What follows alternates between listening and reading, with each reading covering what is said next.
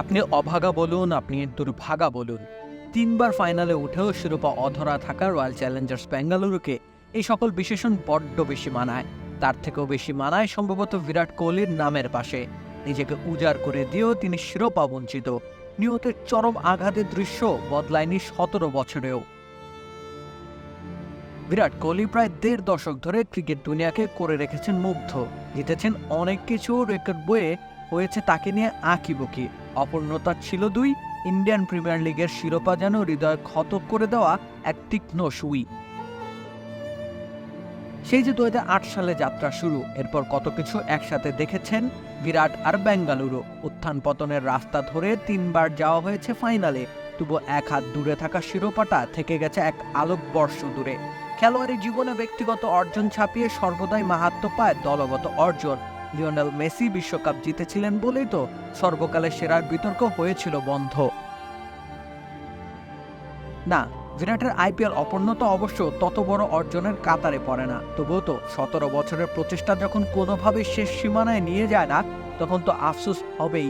দুমড়ে মুচড়ে যাবে হৃদয়, মাথায় এক অদ্ভুত পাহাড় ধপাস করে পড়বে, আর মনে হবে ভুলটা ঠিক কোথায় ছিল।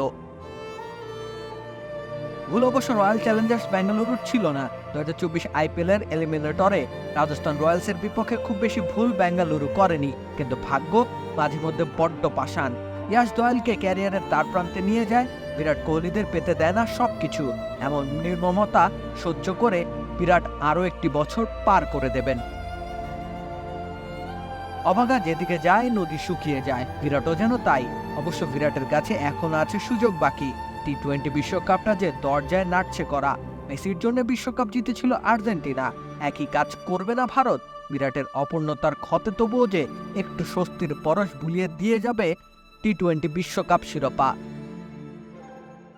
কমলা রঙের টুপি মাথায় বিরাট যেন সবার থেকে আলাদা। নিবেদন নিংড়ে দিতেও তিনি বিরল। সে বাউন্ডারি থেকে ক্ষিপ্রতায় ছোড়া বলটায় রান আউট হওয়া ধ্রুব জুড়েল নিশ্চয়ই সেটা আন্দাজ করতে পেরেছেন। এই বিষয়টা বেশ আগেই আন্দাজ করতে পেরেছিলেন ফাফ ডু প্লেসিস। তাই তো তিনিও প্রচেষ্টা চালিয়েছেন বিরাটের হাতে শিরোপা তুলে দেওয়ার। কিন্তু অবশ্য ভালোবাসা তো জখম দেয় বলেই তা ভালোবাসা। বিরাট সেই ভালোবাসার মায়ায় আটকে রইলেন রয়্যাল চ্যালেঞ্জার্স বেঙ্গালুরুতে। চাইলেই চলে যেতে পারতেন অন্যত্র, এতদিনের শিরোপা হয়ে যেত ছোঁয়া। কিন্তু বিরাট ছাড়েননি, সে কারণে সমর্থকরাও ছেড়ে যাননি।